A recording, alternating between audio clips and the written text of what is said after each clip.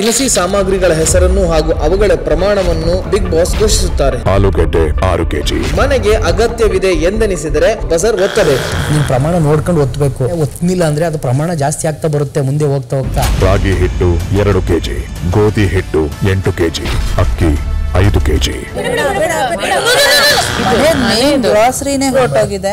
ಈಗಲೇ ಸಾಯ್ತಾರೆ ಮನೆಯದು ಸಾಮಾನು ಅಂತ ಹೇಳ್ಬಿಟ್ಟು ಕಳ್ಸಿದೀನಿ ಅಷ್ಟು. 5 kg, 8 kg ಇದರಲ್ಲಿ ಏನ್ ಮಾಡ್ತೀರಾ ಈ ವಾರ ಪೂರ್ತಿ? ಬರುತ್ತೆ ಹೊಟ್ಟೆ ಹಸು ಕಂಟ್ರೋಲ್ ಮಾಡ್ಕೊಂಡ್ಬಿಡೋಣ.